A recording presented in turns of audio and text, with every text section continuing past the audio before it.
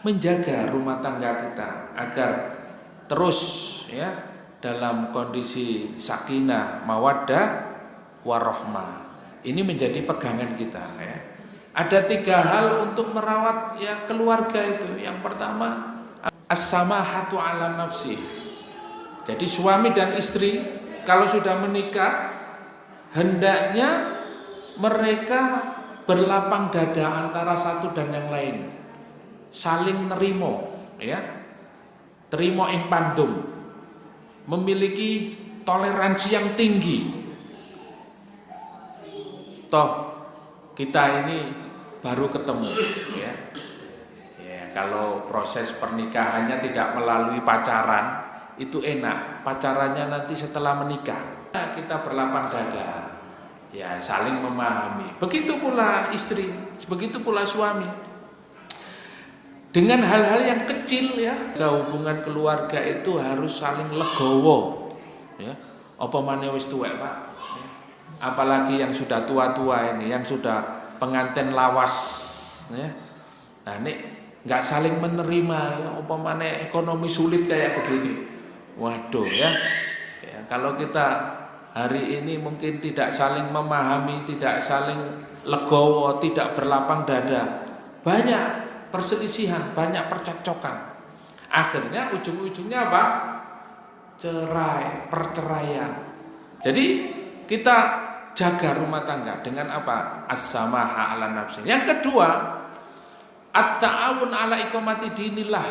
Ya, panjenengan jaga rumah tangga ini ya, adik-adik ya, nanti kalau sudah menikah kalian jaga rumah tangga dengan apa? Kita memahami bahwa tujuan kita berumah tangga itu adalah at-ta'awun 'ala iqamati dinillah, saling tolong menolong untuk melaksanakan syariat Allah.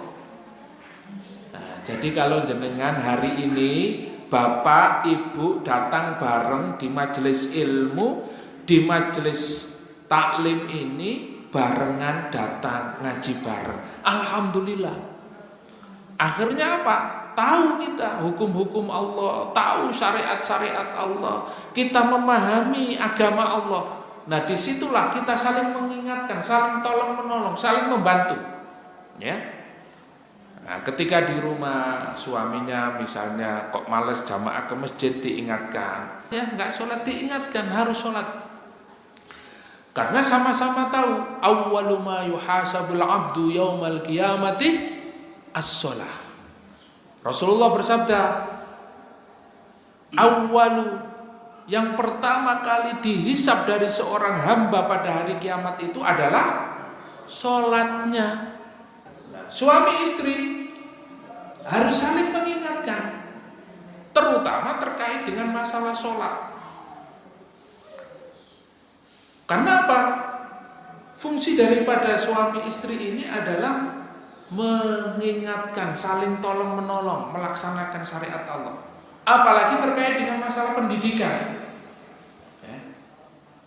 Jadi kalau mau terkait dengan masalah pendidikan hari ini itu memang tergantung awalnya. Lah kita memilih istri, memilih suami ini apakah orang beriman, apakah orang yang berilmu, apakah orang yang paham agama atau tidak sama sekali. Ini tergantung. Nah, ketika kita sudah memilih pasangan kita, sudah disitulah. Nah, Allah akan berikan keturunan anak-anak yang soleh. Pasti keinginan tertinggi, keinginan yang paling besar adalah kita memiliki keturunan. Pendidikan anak itu juga tergantung orang tuanya. Dan Nabi Zakaria dengan istrinya memberikan ya, mengorbankan anaknya ini untuk kepentingan agama. Lah panjenengan juga seperti itu di dalam rumah tangga. Bapak ibu harus klop, visi misinya sama, menjadikan anak ini untuk kepentingan Islam, untuk kepentingan agamanya. Inna sholati wa nusuki wa mahyaya wa mamati lillahi rabbil alamin. Ya termasuk anak kita. Nah, masalah pendidikan. Ini harus saling tolong menolong.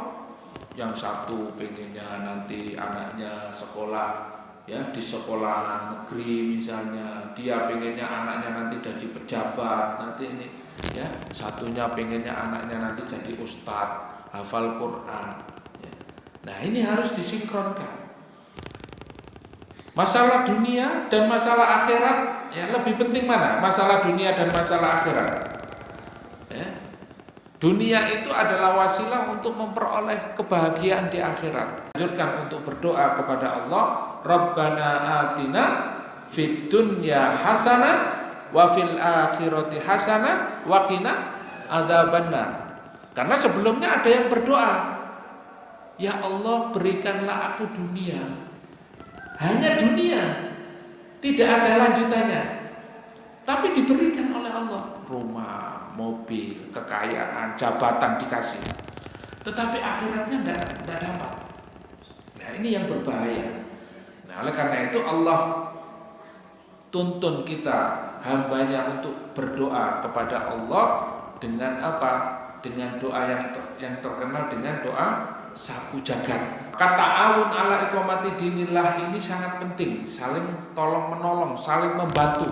Suami dan istri membantu satu dan yang lainnya untuk ingat kepada Allah, untuk taat kepada Allah, untuk melaksanakan syariat Allah.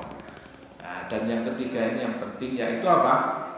As-sukutu anil uyu. Ya, panjenengan ya harus menjaga aibnya suami, juga menjaga aibnya istri. Jangan diumbar. Ya, jangan sembarangan pasang status. Ya, jelek-jelekkan istrinya tapi pakai status. Kalau orang hasad, orang dengki, dia akan terus mencari kesalahan. Ya, apalagi aib-aibnya istri, aib-aibnya suami. Ya.